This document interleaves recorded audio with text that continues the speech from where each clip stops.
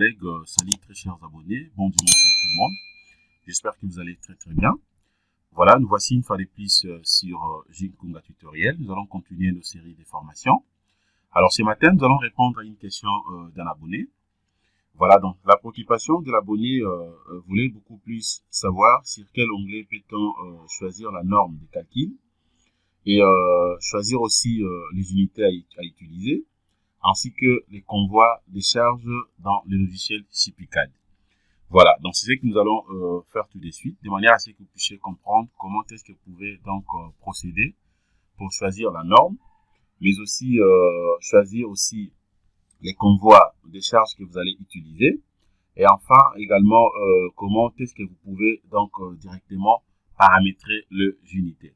Puisque vous le savez très bien que lorsque vous travaillez dans un projet, surtout beaucoup plus à travers les logiciels, que ce soit le logiciel de dessin comme AutoCAD, tant d'autres qu'on connaît, ou aussi des calculs de structure, il faudrait que vous puissiez premièrement maîtriser quelques fonctionnalités à ce qui concerne les choix, par exemple les unités. Voilà, donc les unités, comment est-ce que vous pouvez insérer aussi les convois, mais aussi bien maîtriser la norme. Puisque vous le savez que lorsque vous êtes en train de calculer ou dimensionner une structure, que vous n'avez pas la précision sur la norme, cela donc n'est pas du tout bien. Puisqu'il n'y a rien qui va vous rassurer que le projet a été bel et bien correctement calculé, étant donné que vous n'avez pas la maîtrise, mais aussi la précision sur la norme de calcul. Voilà. Alors, c'est ce que je vais vous montrer. C'est très simple. Donc, le tuto ou la vidéo ne sera pas du tout longue, puisque c'est vraiment simple à faire. Voilà. Alors, premièrement, je vais commencer d'abord sur la norme, par exemple. Alors, je suis devant l'interface. Voilà, devant l'interface donc SIP. Alors, ce qui concerne les projets, déjà, vous le savez très bien comment est-ce que vous pouvez donc procéder pour faire le choix, par exemple, des projets. Alors, je vais vous le montrer à travers ces projets.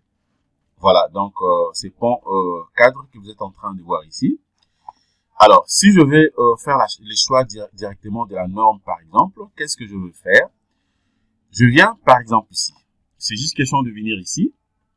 Donc, à droite de l'écran, vous allez voir là, on écrit configuration. Voilà, c'est d'ailleurs bien intitulé, configuration générale. Qu'est-ce qu'on a écrit ici? Configuration générale, configuration de normes, unité, plan, périphérique et autres généralités.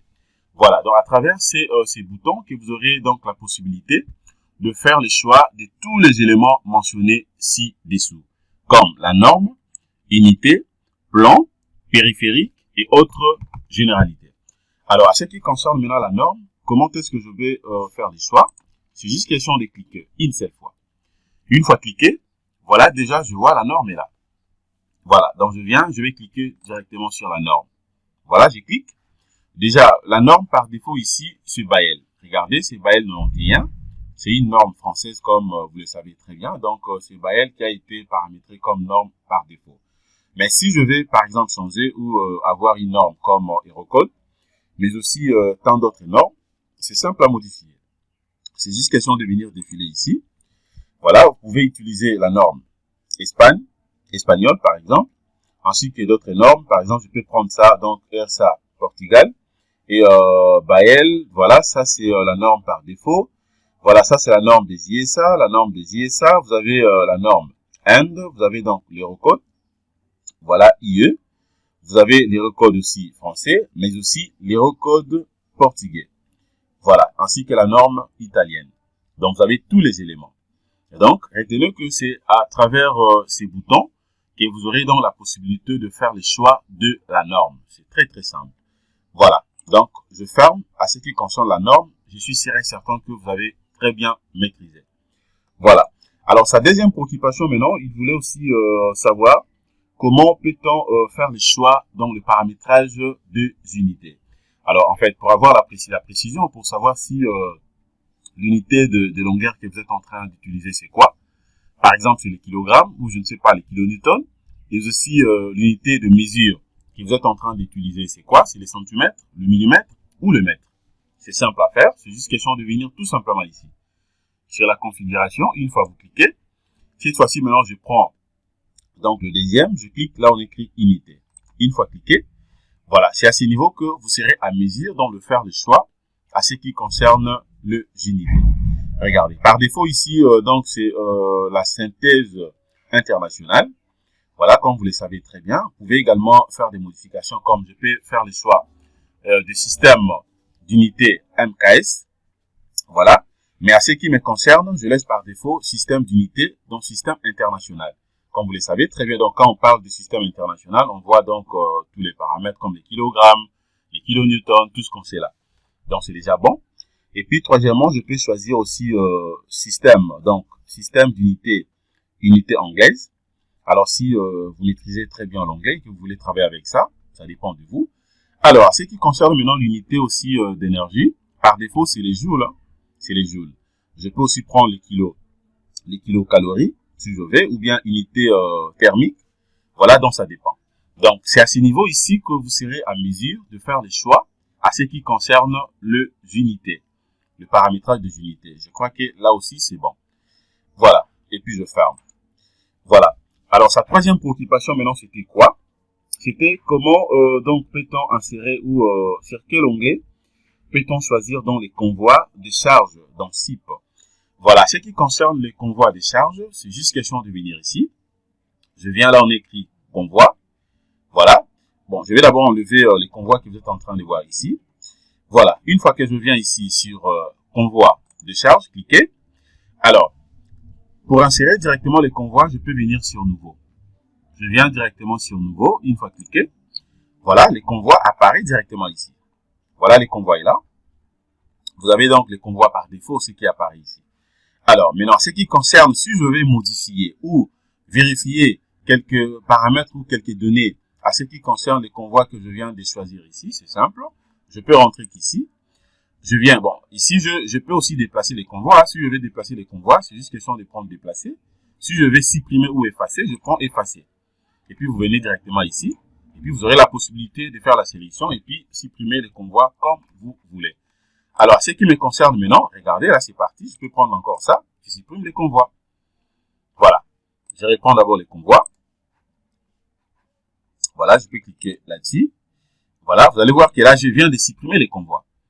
Donc, c'est parti. Mais par contre, je vais aussi, si je vais donc faire retourner ces convois, c'est simple. Je vais faire la même chose. Donc, je vais faire apparaître les convois. Donc, je vais rentrer ici. Voilà, et puis je clique de l'autre côté.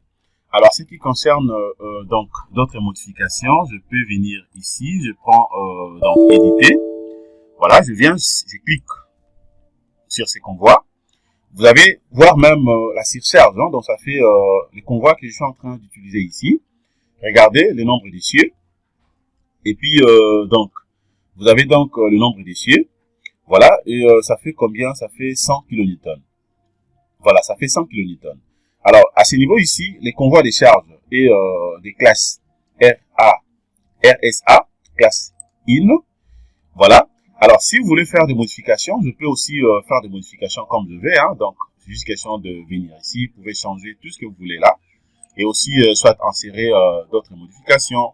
Donc, justement, c'est comme on fait sur Robot Structural Analysis. Donc, c'est vraiment simple. Comme ça, prochainement, je pourrai vous montrer comment est-ce qu'on peut défiler ou faire des modifications en ce qui concerne les convois. Et donc, c'est ça. Je prends aussi le deuxième convoi. Je double-clique. À ce niveau, je peux faire aussi des modifications. Voilà, vous avez donc déjà à ce niveau, vous voyez très bien le nombre d'essieux ainsi que le nombre des roues. Voilà. Donc, à ce niveau ici, je peux faire des modifications comme je veux. Je peux supprimer aussi les éléments. Je peux soit ajouter donc de nouveaux éléments et aussi faire des copies comme je veux. Et donc, c'est un peu ça. Donc, voilà en fait ce que je voulais vous montrer à ce qui concerne les trois préoccupations de notre très cher abonné. Voilà, j'espère que vous avez très bien suivi et très bien compris comment est-ce que vous pouvez donc premièrement choisir la norme, paramétrer les unités et enfin donc faire le choix donc du convoi de charge. Voilà. Alors là, je peux fermer. Alors si je vais aussi visualiser très bien les 3D de ces projets, je peux venir ici. Voilà, je clique d'abord là-bas, je vais voir à quoi ça ressemble. Voilà, c'est un petit truc là. Voilà, donc un seul canal. Donc, c'est un peu ça. OK? Et puis, je peux fermer. Voilà, et puis je rentre là. Et donc, voilà ce que je voulais vous montrer concernant cette petite vidéo.